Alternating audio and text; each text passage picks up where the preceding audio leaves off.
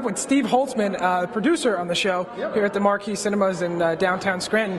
What was one of the hardest things to overcome when planning an independent film? In our case, the weather had a real contingent. You know, we had to move everybody around. We had a lot of snow, and it was the coldest winter in 50 years. It was a bit of a challenge. So what was the most fun though? Like the most fun was the Yinling sponsor. You know, a lot of free beer. So that was, it actually, you know, really made the overtime okay. Kill my mother. And I'm gonna kill you. We're here with Joe Peters, a good friend of Joe Van Wee, the executive producer. What's your favorite part about working with Joe Van Wee? I just think and having worked in television in New York and doing local TV and radio, every once in a while there's a diamond in the rough, and that diamond is Joe Van Wee. It's an exciting night here in Scranton to have a film debut, especially a film that's already been shown in Los Angeles. But he's a creative genius, and he's one of the treasures of this community, and just happy to be here. You can't make right what's wrong. What if I could? And now you're a businessman here as well, right? You have an ad agency? Yes, JVW Inc. Sponsors here. We do a lot of political ads and legal ads and healthcare. We do web, video, and TV and radio. And did a lot of those people that work for you with that ad agency help with the production of the film? Yes, they did, and they help with all the other projects we're currently working on. That's the exciting thing about working for our ad agency is that we have a film every year. Right. So I usually get the best and the brightest of our talent. So then, what was your favorite part about just being in the area and shooting the film here? Being able to shoot in my own backyard, seeing how a community comes out to just help the process of a film. I mean, who doesn't like movies? Right. And it was just exciting. It was a dream come true. And what other towns was Scranton up against? Texas, Dallas, and San Antonio we were looking at. Really? So we won the battle. All right. Well, thanks for your time, and good luck with the movie. Thank you.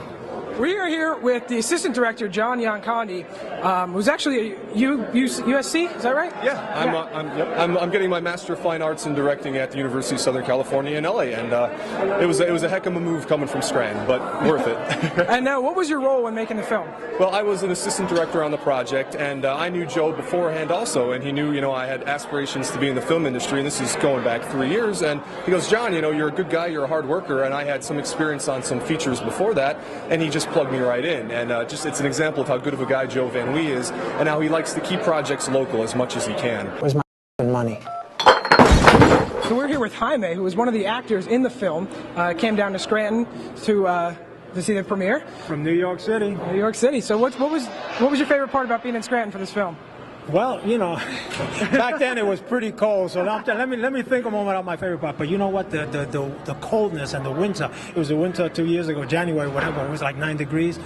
That in itself, it kind of grows on you. You want to brave those elements, and you want to do and they help you to get into character. So really, all the difficulty that I went through in living it without a hat on, because they wanted everybody without hats, and just braving the elements, and we did it. So it was just being here, and the support we got from the people was great.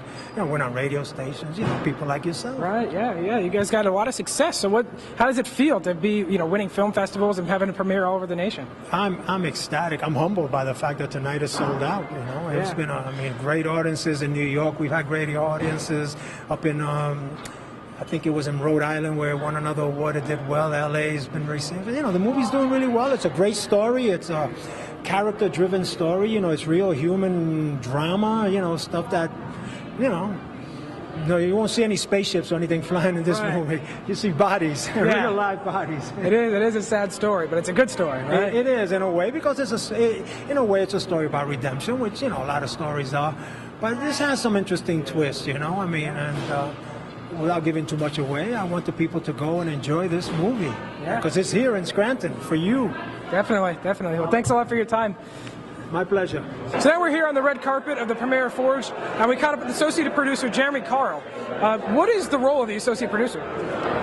Basically, as my part of the associate producer, there are many of them on this film. Mine was just to provide some money on the back end of this to make sure that they were able to take this to sales and find Maya and go out and do some of the Facebook and the Twitter, make sure everyone's promoting this film the way they should be. And were you on the set then as well? I was on set for a few days. I was there 4 or 5 days. The 5th day, negative degrees out, and I didn't want to go back. I had a lot of fun while I was there, but at the same time, just so cold, and I could feel exactly what these guys were talking about. With there's no food, you're huddling around one little heater, you're trying to drag power out to spots that there's no power at, and the desperation that they went through. I saw that, and I'm very, very impressed with everything that they've been able to do. So without being on set, was it hard to really put your heart and soul into the film? It wasn't for me. I worked very close with Joe Van Wee, so there was a lot of stuff to be done back at the offices, a lot of phone calls to be made, just making sure that someone's going to bring the donuts and coffee and make sure that the food's going to actually be there. So I got to do some stuff back in the offices, and while that was all happening. All right, well, thanks a lot, and good luck with the film. Thank you. I'm excited to go outside and rebuild my life. We are here with production assistant Brandon Halsey, who's actually a Scranton native and worked on the film. He was on the set every single day, right? Every day. And what was it like being on the set? It was cold, and that's basically all I remember. Yeah? Very cold. Did you at least have fun making the film? Yeah, we had a blast, but we were very, very cold.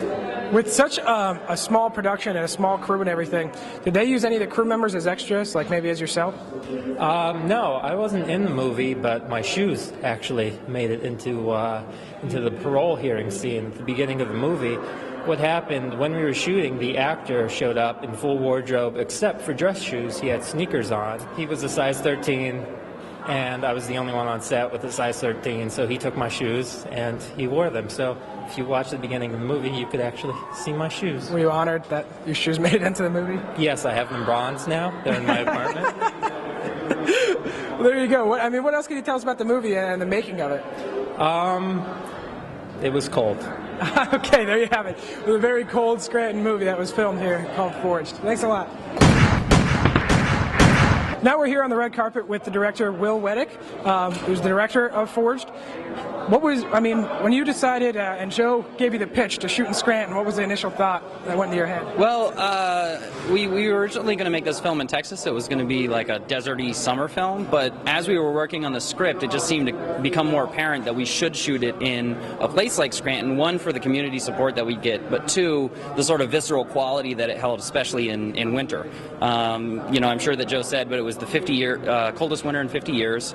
It was 9 degrees the first day we shot. We were completely loaded up with like thermals the whole time, but it really makes it easy when a community comes together and really just provides everything that they possibly can for what you're working on, and really just gives you a whole lot of love and a lot of resources. And I don't think this film would be the same if we made it anywhere else, not just because of this location, but because of the people who are actually here.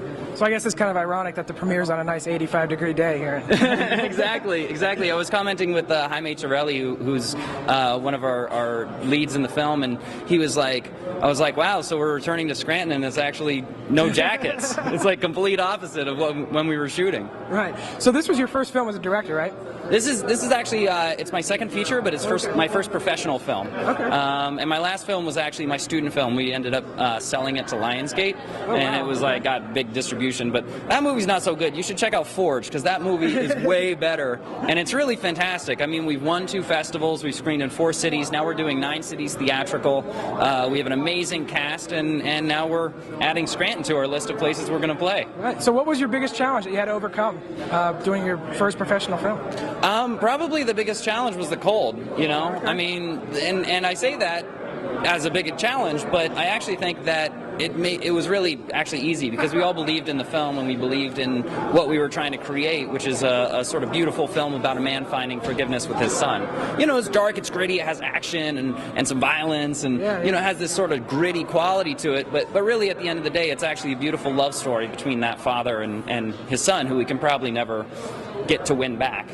You know. Yeah, and despite the sad story, we're going to party it up after this premiere, right? Exactly. No, totally. You know, the best thing to do after you cry is to go to a big party and have a lot of fun. So there you go. So we'll see you at the weekend or after party at the Coliseum. But thanks a lot for your time and good luck with everything. Cool. Thank you so much.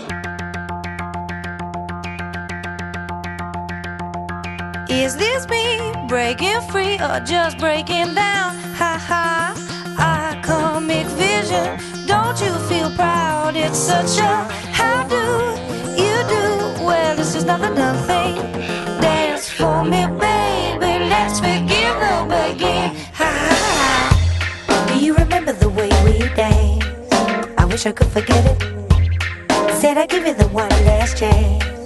I wish I'd never said it. Took a chance and I can't turn back, and I'm living to regret it. Come on, do me. Can't slow down, you dictate the speed of the chase. Bitter, sweet bitters, the way that you taste. I won't waste this passion, it's true. I'm an everyday fool. No rhyme or reason to the things that I do. Do you remember the way we danced? I wish I could forget it. Said I'd give you the one last chance. I wish I'd never said it. Took a chance and I can't turn back, and I'm living to regret it. Come on, do me. Feed me all your lies. Yes, it's a gas. I word to the wise. You're blinding me obvious lately. Doctor, come here. Somebody take away this seed of the devil in the core of his kiss.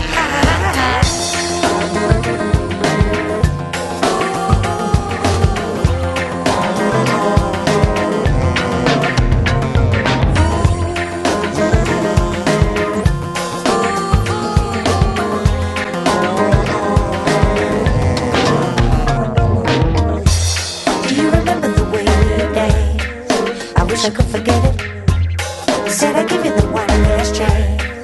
I wish I'd never said it. Took a chance and I can't turn back, and I'm living to regret it. Come on,